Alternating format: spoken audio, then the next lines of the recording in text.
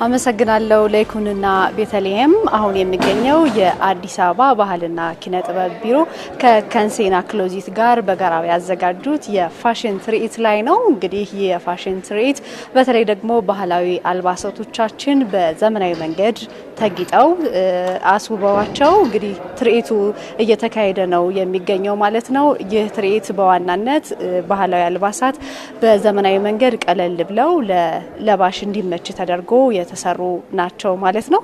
100 የሚሆኑ ሞዴሎች ከ120 በላይ የሚሆኑ አልባሳትን ለብሰው ነው እንግዲህ ትርኢቱ የተካሄደው። በነገራችን ላይ ይህ 120 አልባሳት በአንድ ዲዛይነር የተሰሩ ናቸው። እንግዲህ የኢትዮጵያውያንን ህብረ ብሔራዊነትን ከማጠናከር አንጻር ጉልህ ሚና እንዳለው ነው እንግዲህ የተነገረው ማለት ነው። እነዚህ አልባሳት የሁሉም ኢትዮጵያውያን አልባሳት ናቸው ማለት ነው።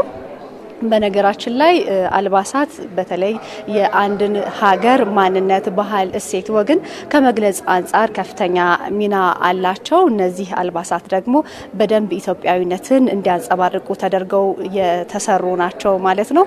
በቀላሉ በየትኛውም ሰዓት ሊደረጉ የሚችሉ በአዘቦት ቀን ሊለበሱ የሚችሉ ናቸው። ከዛም ባለፈ ደግሞ የክት ልብስ ሊሆኑ የሚችሉ አልባሳቶች ናቸው። በጣም እጅግ ውብ የሆኑ በርካታ አልባሳቶች ናቸው በዚህ ትርኢት እንግዲህ ሲታዩ የነበሩት ማለት ነው። በዋናነት እንግዲህ የእደ ጥበብ ውጤቶችን ከማበረታታት አንጻር እንደዚህ አይነት የትርኢቶች ጉልህ ሚና እንዳላቸው ነው በዚህ መድረክ ላይ የተገለጸው ማለት ነው። ከዛም ባሻገር ደግሞ እንግዲህ ኢትዮጵያ ታምርት ንቅናቄ የእደ ጥበብ ውጤቶች ወደ ኢንዱስትሪ ከፍ እንዲሉ እየተሰራ ነው ያለው። እንደዚህ አይነት ትርኢቶች ደግሞ የራሳቸው ከፍተኛ የሆነ ሚና እንዳላቸው ነው እንግዲህ በዚህ መድረክ ላይ የተገለጹ በጣም ውብ የሆኑ እጅግ በርካታ የኢትዮጵያውያን ባህል፣ እሴት፣ ወግ የሚገልጹ አልባሳት ናቸው በዚህ ትርኢት ላይ እንግዲህ ሞዴሎቹ 100 የሚሆኑ ሞዴሎቹ አርገዋቸው ሲያሳዩት የነበረው ማለት ነው። እንግዲህ ከንሴና ክሎዚት ለሁለተኛ ጊዜ ነው ይሄንን የፋሽን ትርኢት ሲያካሂድ ማለት ነው።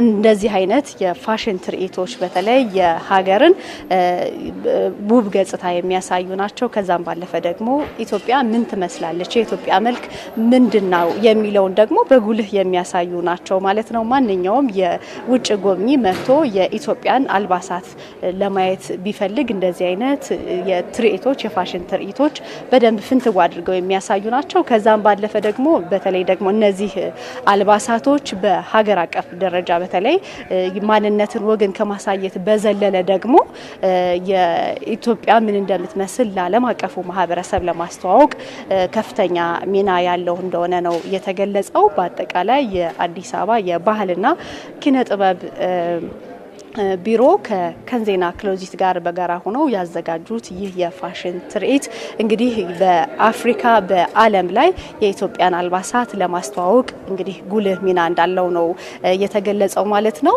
በቀደም ብዬ ሳነሳ እንደነበረው በአንድ ዲዛይነር ነው 120 አልባሳት እንግዲህ የተሰራው ማለት ነው።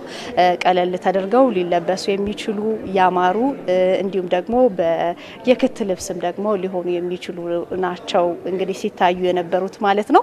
በርካታ ሰዎች በዚህ ሁነት ላይ ተገኝተዋል ማለት ነው።